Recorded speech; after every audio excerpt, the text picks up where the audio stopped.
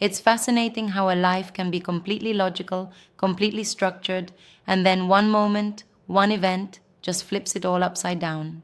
Right, like a software engineer, someone who deals in logic and code, suddenly finding himself in a world that's, well, anything but logical. Exactly. It all started with this mission he founded called You Matter. It wasn't a business, more of a fire in his chest, born from personal loss, his sister passing away. The idea was simple, just make people feel seen. So it starts from a place of deep empathy. Totally.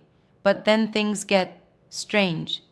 It's like after his father's funeral, a switch was flipped. A phone rang, piercingly loud, during the service, Oh, and he wow. whispers this joke to his brother: "If that's God calling, tell him I'm not here." And he feels like God heard him and was like, challenge accepted. That's exactly it. From that moment on, his life becomes this cascade of unexplainable, divinely orchestrated events, things he calls winks from heaven. And a lot of these moments seem to happen in the most unexpected places, right? Like Cracker Barrel. Cracker Barrel becomes his sanctuary. It started after a beloved waitress there named Gina passed away. The staff set up this beautiful memorial for her, and he's seated right across from her picture. It just hits Hmm. him, you know? Any place that honors an employee like that, that's a place with heart. That's where he meets Marie, right? She seems central to this whole journey. Oh, she's everything. She's not just a waitress, she becomes his spiritual companion. They have this incredibly deep, soulful Yeah. connection. He shares all these wild stories with her, and she just gets it. She listens. It sounds incredibly deep, but also complicated.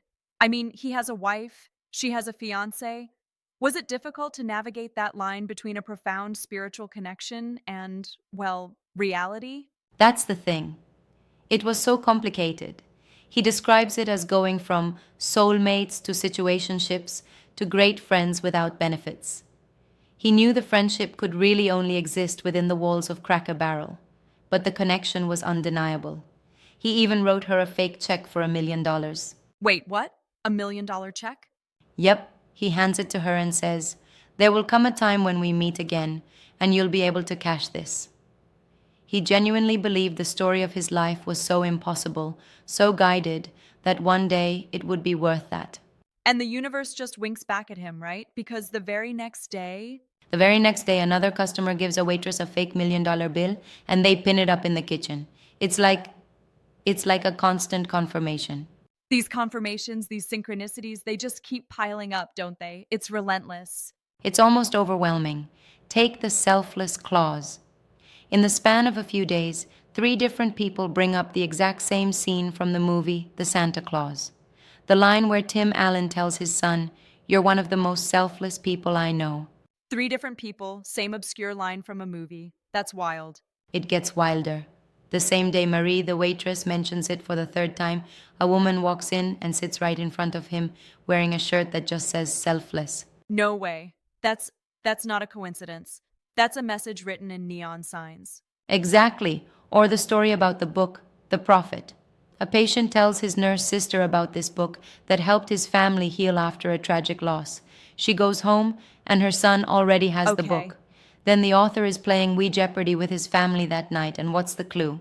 The Prophet by Khalil Gibran was written in what year? Stop. I mean, the odds of that are just astronomical. It's like the universe is screaming at him, pay attention. And it's not just objects or phrases, it's people. He's at a bank, and he sings a line from a Kansas song. The teller sings the next line back, then says the word Right. Genesis. And it all connects back to a conversation he had at Cracker Barrel about rainbows and the Wizard of Oz, and, back to Kansas. So Genesis, the beginning, the rainbow, the covenant, it's all one big thread. One massive divine thread.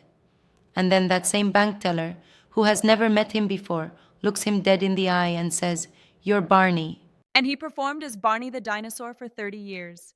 for 3 decades. And then a few days later, he's at an Eaton Park, and another waitress he barely knows, Missy, recognizes him and says the exact same thing. "You're Barney."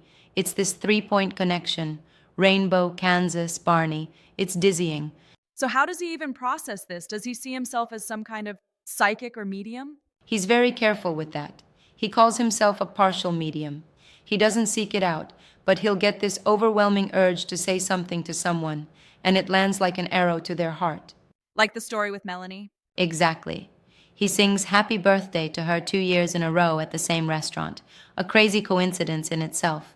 But then they start talking, and she mentions her father just passed away, and he says some Mm-hmm. offhand phrase that just comes to him, and she just freezes. And she says, My father used to say that to me. It's like he becomes this vessel for these little messages of comfort from beyond. He never asks for it, but it happens. it all comes back to that one core belief he mentions, doesn't it? It does. Everything happens for a reason, and you must accept it. He says most people forget that second part, the acceptance.